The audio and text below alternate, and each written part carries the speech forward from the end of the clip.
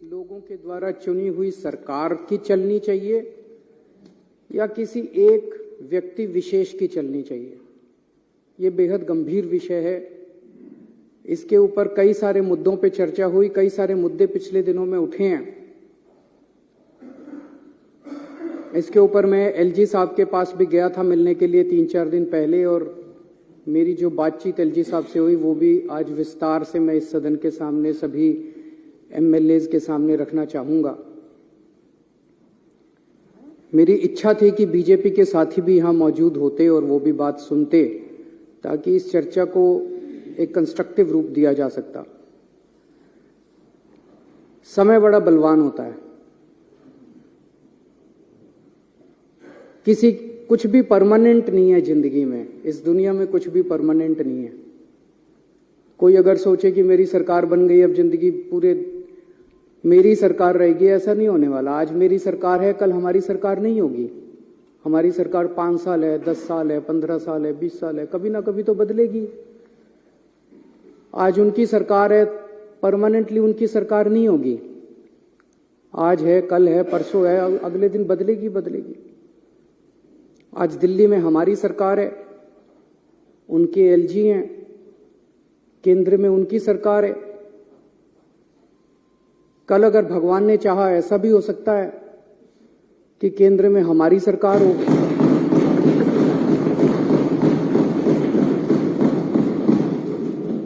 दिल्ली में हमारे एलजी हों, और हो सकता है दिल्ली में हमारी हो, कांग्रेस की हो, बीजेपी की हो, किसी और की सरकार हो। हम ये सुनिश्चित करेंगे कि हमारा एलजी इस तरह से तंग नहीं करेगा उस टाइप का, जो भी सरकार होगी। हम चुनी हुई सरकार की इज्जत करते हैं, हम लोगों की इज्जत करते हैं, लोगों के मत की इज्जत करते हैं, लोगों के वोट की इज्जत करते हैं, जनतंत्र की इज्जत करते हैं, हम संविधान की इज्जत करते हैं। दिल्ली में 2 करोड़ लोग रहते हैं। मैंने हमेशा कहा है कि ये 2 करोड़ लोग एक परिवार हैं। हमने हमेशा इसको एक परिवार माना है। इस परिवार में लोगों के जब भी कोई सुख दुख होते हैं, हम हमेशा सुख दुख में काम आते हैं। इन 2 करोड़ लोगों में जो बच्चे हैं, इनके जो बच्चे हैं, वो मेरे बच्चे हैं। मैं उनको हर्षिता और पुलकित से अलग नहीं समझता, उनको मैं अपना बच्चा समझता हूं। उनको मैं अपना बच्चा समझता हूं। तो जितनी अच्छी शिक्षा मैंने हर्षिता और पुलकित को दी है, उतनी अच्छी शिक्षा मैं दिल्ली के एक एक बच्चे को देना चाहता हूं। ये मेरा मकसद है, और उसी मकसद से हम लोगों ने शिक्षा के ऊपर, क्योंकि मुझे ये लगता है कि अगर हमने अपने बच्चों को अच्छी शिक्षा दे दी तो देश का भविष्य बनेगा, बच्चों का भविष्य बनेगा तो देश का भविष्य बनेगा।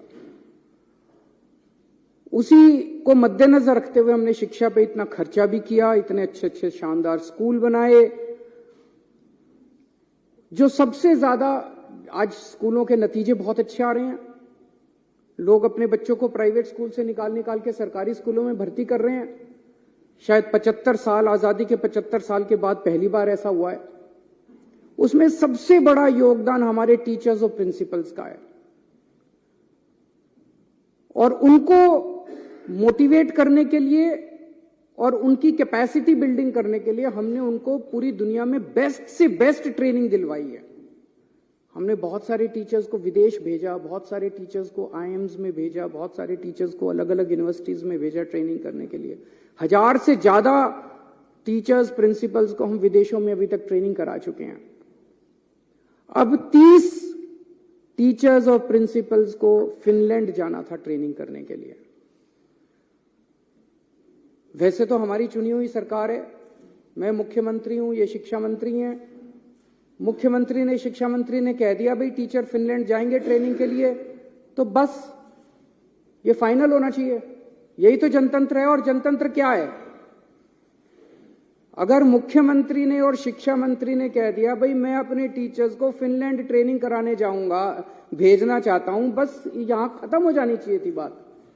लेकिन यहां अजीब जनतंत्र है। सारी फाइलें एलजी साहब के पास जाती हैं, सारी फाइलें एलजी साहब के पास जाती हैं।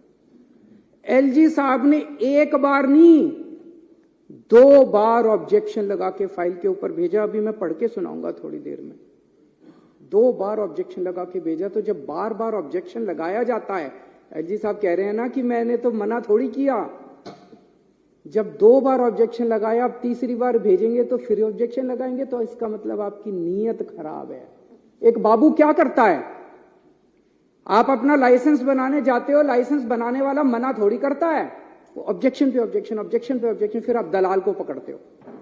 वो दलाल कहता है इतने पैसे दे दो, बाबू को अंदर पैसे दे दूंगा और वो अब फाइल क्लियर कर देगा। तो ये बार बार जो ऑब्जेक्शन लगाए जा रहे हैं, इसीलिए तो लगाए जा रहे हैं, नीयत खराब है, फिनलैंड टीचर्स को भेजने नहीं देना चाहते। आज मैं ये लेके आया हूं महोदय,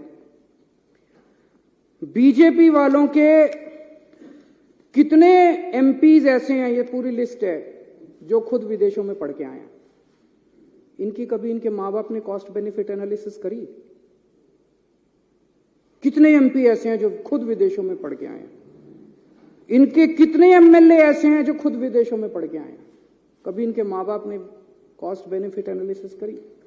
ये बच्चे हैं कैबिनेट मिनिस्टर्स के, बीजेपी वालों के बच्चे, जिन जिन के बच्चे अभी विदेशों में पढ़ रहे हैं। मेरे को इससे कोई एतराज नहीं है, मैं किसी की शिक्षा के खिलाफ नहीं हूं। बीजेपी वाले, कांग्रेस वाले, आम आदमी पार्टी वाले, जिसको भगवान ने अच्छा दिया जिंदगी में, वो अपने बच्चों को भेजे, जरूर भेजे। अच्छी से अच्छी शिक्षा सबके बच्चों को मिलनी चाहिए। मैं इसके विरोध में नहीं हूं कि इन्होंने क्यों भेजा, मैं इसके विरोध में हूं कि अगर तुम अपने बच्चों को अच्छी शिक्षा देना चाहते हो तो गरीबों के बच्चों की अच्छी शिक्षा के खिलाफ क्यों हो तुम लोग? अगर हम अपने बच्चों को, गरीबों के बच्चों को अच्छी शिक्षा देना चाहते हैं, अपने बच्चों को अच्छी शिक्षा देना चाहते हैं, तो तुम रोकने वाले कौन होते हो? ये एक फ्यूडल माइंडसेट है, ये कई सौ साल पुराने जो हमारे देश में फ्यूडल माइंडसेट है ना, कि गरीबों को अच्छी शिक्षा, इस जात के लोगों को, उस जात के लोगों को अच्छी शिक्षा नहीं मिलनी चाहिए, गरीबों को अच्छी शिक्षा नहीं शिक्षा जो है इन ठेकेदारों की बपौती रहनी चाहिए। इसको तोड़ना है हम लोगों को। और ये एलजी साहब उसी माइंडसेट से आते हैं कि एलजी साहब के बच्चों को तो मिलनी चाहिए अच्छी शिक्षा, गरीबों के बच्चों को अच्छी शिक्षा नहीं मिलनी चाहिए। इस माइंडसेट को तोड़ना है अपने को, पूरे देश को तोड़ना है। आजादी मिल गई, लेकिन ये माइंडसेट अभी भी है कि गरीबों के, इस जात के, उस जात के बच्चों को अच्छी शिक्षा नहीं लेने देंगे। ये विदेश कैसे जा सकते हैं? पढ़ो, एलजी साहब ने लिखा है इंडिया में करा लो ट्रेनिंग। ये एलजी साहब की नोटिंग है, इंडिया में करा लो ट्रेनिंग। अरे क्यों करा ले इंडिया में ट्रेनिंग? हम कम है किसी से? गरीबों के बच्चे कम है किसी से? गरीबों के बच्चे हैं तो इंटेलिजेंट नहीं है क्या? क्यों करा ले? हम तो अपने बच्चों को फिनलैंड भेजेंगे। पूरी दुनिया में सबसे अच्छी शिक्षा फिनलैंड के अंदर मिलती है, सबसे अच्छी, ये सबको पता है। फिनलैंड पूरी दुनिया में शिक्षा में नंबर 1 है, और उसमें भी जो नंबर 1 यूनिवर्सिटी है उसमें भेज रहे हैं हम। पूरी दुनिया में जो नंबर 1 है हम तो भेजेंगे सर। दिल्ली के लोगों का पैसा है, टैक्स का पैसा है दिल्ली के लोगों का, टैक्स के पैसे से, दिल्ली के टैक्स के पैसे से भेज रहे हैं। लोगों का पैसा, लोगों के बच्चे, अपने पैसे से लोग अपने बच्चों को ट्रेनिंग के लिए भेजते हैं। ये वो क्या कहते हैं, पराए घर में अब्दुल्ला दीवाना। ये एलजी कौन हो गया है? बेगानी शादी में अब्दुल्ला दीवाना। ये एलजी कहां से आ गया? कौन है एलजी? कहां से आ गया एलजी? किस बात का एलजी? कौन एलजी? कौन लेफ्टिनेंट गवर्नर? हमारे सर पे बैठ गया आके लेफ्टिनेंट गवर्नर। अब वो तय करेंगे कि हम अपने बच्चों को कहां पढ़ाएंगे। ऐसी सामंतवादी सोच के लोगों ने आज हमारे देश को पीछे छोड़ा हुआ। मैं कई बार सोचता था 70 साल हो गए हमारे देश को, 75 साल हो गए हमारे देश को, इतना पिछड़ा कैसे रह गया, इतना अनपढ़ कैसे रह गया, इतना गरीब कैसे? इन लोगों ने जानबूझ के, इन लोगों ने देश को गरीब रखा है। इन लोगों ने हमारे बच्चों को पढ़ने नहीं दिया। ये तो सामने आ गया, नंगे हो गए ये लोग। इन लोगों ने हमारे बच्चों को, बड़ी मजे की बात है, एलजी साहब के पास पावर नहीं है ये करने की। एलजी साहब के पास पावर नहीं है ये करने की। मैं भी आपको दिखाता हूं। सुप्रीम कोर्ट ने साफ साफ कहा है कि भाई 3 चीजें हैं। एक है पुलिस, पब्लिक ऑर्डर और लैंड। इन तीनों चीजों को छोड़ के एलजी साहब के पास कोई भी निर्णय लेने का अधिकार नहीं है। ये सुप्रीम कोर्ट का ऑर्डर है। 2018 4 जुलाई 2018 को ये ऑर्डर पास किया था सुप्रीम कोर्ट ने। सुप्रीम कोर्ट तो देश की सर्वोच्च अदालत है, वो तो सबको माननी पड़ती है ना। इसमें से मैं पढ़ के सुनाता हूं। इसमें लिखा हुआ है पैरा 284। अब तो सबको रट गया होगा पैरा भी, कल 3 दिन से मैं बोल रहा हूं। 284.17 पैरा, इसमें लिखा है the lieutenant governor has not been entrusted with any independent decision making power. इसकी हिंदी क्या हुई? लेफ्टिनेंट गवर्नर, दिल्ली के लेफ्टिनेंट गवर्नर को स्वतंत्र रूप से कोई भी निर्णय लेने का अधिकार नहीं है, ये सुप्रीम कोर्ट कह रहा है। सुप्रीम कोर्ट को पता था एक बार लिखने से नहीं मानेगा एलजी, उन्होंने 2 बार लिखा। उन्होंने फिर पैराग्राफ नंबर 475.20 में लिखा there is no independent authority vested in lieutenant governor to take decisions. अब इससे फालतू बेचारा सुप्रीम कोर्ट भी क्या करेगा? सुप्रीम कोर्ट ने साफ साफ लिखा भाई एलजी साहब के पास डिसीजन लेने की पावर नहीं है। मैं जब एलजी साहब से मिलने गया अभी 3 दिन पहले, तो मैंने ये पढ़ के सुनाया उनको। मैंने कहा सर सुप्रीम कोर्ट ये कह रहा है। कहते हैं हाँ सुप्रीम कोर्ट की अपनी राय हो सकती है। सर अध्यक्ष महोदय, इसके बाद मेरे पास कुछ कहने को नहीं बचा था। इतने बड़े संवैधानिक पोजीशन के ऊपर बैठा हुआ व्यक्ति अगर ये कहता है कि सुप्रीम कोर्ट का ऑर्डर सुप्रीम कोर्ट की राय हो सकती है, मैंने कहा सर आप जो ये कह रहे हैं ना, ये सुप्रीम कोर्ट का कंटेम्प्ट है।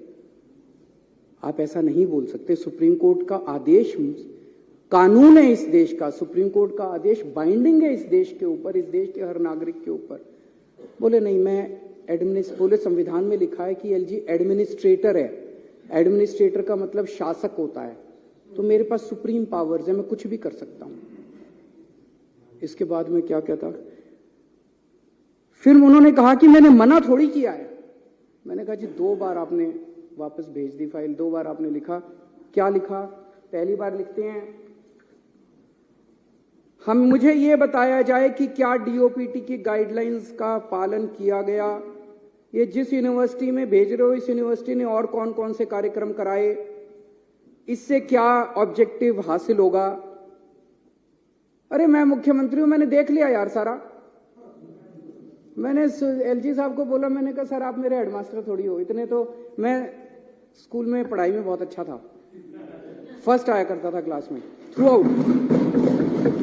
पहली क्लास से लेकर 12वीं क्लास तक फर्स्ट आया। यूनिवर्सिटी टॉपर था, कुरुक्षेत्र यूनिवर्सिटी में टॉप किया था मैंने, पहले 6th पोजीशन थी मेरी। मेरे मास्टरों ने आज तक मेरा होमवर्क ऐसे चेक नहीं किया जैसे एलजी साहब आज मेरी फाइलें लेकर बैठ जाते हैं। स्पेलिंग गलत है, हैंडराइटिंग खराब है, ये ऐसे क्यों नहीं लिखा, ये वैसे क्यों नहीं लिखा। मेरे मास्टरों ने ऐसे नहीं किया जैसे एलजी साहब मेरा होमवर्क चेक करते हैं। मैं चुना हुआ मुख्यमंत्री हूं, दिल्ली के 2 करोड़ लोगों ने मेरे को चुन के भेजा है। आप कौन है? मैंने उनसे पूछा आप कौन है, ये मैंने पूछा एलजी साहब से। मैंने कहा सर आप कौन है? मेरे को तो जनता ने चुन के भेजा। कहते मेरे को प्रेसिडेंट ने भेजा। मैंने कहा वैसे ही जैसे अंग्रेज वाइसरॉय भेजते थे वैसे ही आपको प्रेसिडेंट ने पहले। बोले आपकी सरकार अच्छी नहीं चल रही, आपने ये नहीं किया, आपने वो नहीं किया, आपकी सरकार में ये। मैंने कहा सर वो वाइसरॉय जो होते थे ना, वो कहते थे you bloody Indians, you don't know how to govern. मैंने कहा एलजी साहब आज आप भी वही भाषा इस्तेमाल कर रहे हो, you bloody Delhi wallahs, you don't know how to govern. मैंने कहा सर दिल्ली छोड़ दो हमारे हालात पे, हम अपनी दिल्ली चला लेंगे।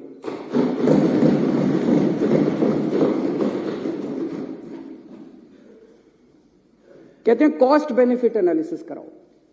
मैंने एलजी साहब से पूछा सर मेरे को वो धारा बता दो संविधान की।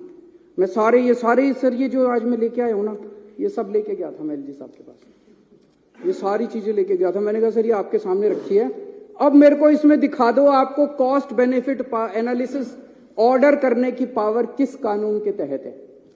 कौन सा कानून, सुप्रीम कोर्ट का आदेश आपको ये पावर देता है कि आप दिल्ली सरकार के किसी काम की कॉस्ट बेनिफिट। मैं कराऊंगा, मेरे को जनता ने कहा है मैं कॉस्ट बेनिफिट एनालिसिस कराऊंगा। ये सदन है, ये सदन कराएगा, इसकी कमेटियां कराएगी, ये कमेटियां कराती है। ये सौरभ मेरे को बताता है, राजेश बताता है, सोमनाथ, ये सारे बताते हैं। ये कॉस्ट बेनिफिट एनालिसिस ये लोग कराएंगे।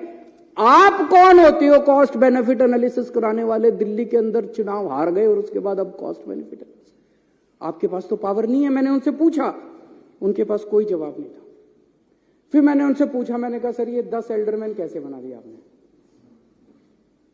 ये तो आपके पास पावर नहीं है, तो ट्रांसफर्ड सब्जेक्ट है, एमसीडी एक्ट तो ट्रांसफर्ड सब्जेक्ट है, आपने 10 एल्डरमैन कैसे बना दिए? बोले उस कानून में लिखा है एडमिनिस्ट्रेटर शैल अपॉइंट 10 एल्डरमैन। तो मैंने उनको ये एक और दूसरा ऑर्डर दिखाया सुप्रीम कोर्ट का, ये 2019 में आया था सुप्रीम कोर्ट में। इसमें लिखा है कि जहां एडमिनिस्ट्रेटर लिखा होगा वहां भी मंत्रियों की चलेगी, वहां भी मुख्यमंत्री की चलेगी, ये लिखा हुआ है। ये सुप्रीम कोर्ट का आदेश मैंने उनको दिखाया। मैंने कहा सर ये लिखा हुआ है कि एडमिनिस्ट्रेटर लिखा है तब भी हमारी चलेगी, आपकी नहीं चलेगी। तो वो तो सुप्रीम कोर्ट को मानते ही नहीं, वो तो कहते हैं सुप्रीम कोर्ट की तो राय है। उसके बाद एक हाई कोर्ट का ऑर्डर है, वो भी मैं लेके गया था। और कुछ हो ना हो, एलजी साहब ने मेरे को वकील तो अच्छा बना दिया। ये 1998 का जजमेंट है ओपी पावा, इसमें साफ साफ लिखा है, मोटर व्हीकल्स एक्ट में डेफिनेशन है lieutenant governor, government of Delhi means lieutenant governor. इसमें लिखा है सारी पावर दिल्ली सरकार की होगी, सारी पावर मुख्यमंत्री की होगी। तो अगर एडमिनिस्ट्रेटर भी लिखा है, लेफ्टिनेंट गवर्नर भी लिखा है, तब भी सारी पावर दिल्ली सरकार की है, एलजी साहब की पावर नहीं है। ये सारा मैंने उनको बताया, पर वो तो माने ही नहीं, वो तो बोले कि मैं एडमिनिस्ट्रेटर हूं। फिर मैंने कहा सर आप आजकल रोज चीफ सेक्रेटरी को ऑर्डर दे देते हो, मतलब रोज सवेरे उठते हैं, अपना लेटर हेड मंगाते हैं, लेटर हेड में लिखते हैं चीफ सेक्रेटरी इसको यहां का चेयरमैन बना दो, और चीफ सेक्रेटरी को भेज देते, चीफ सेक्रेटरी लागू करा देता है। हम मुंह बाके देखते हैं, हम तो क्या हो गया, ये टीवी में चल रहा है, अखबार में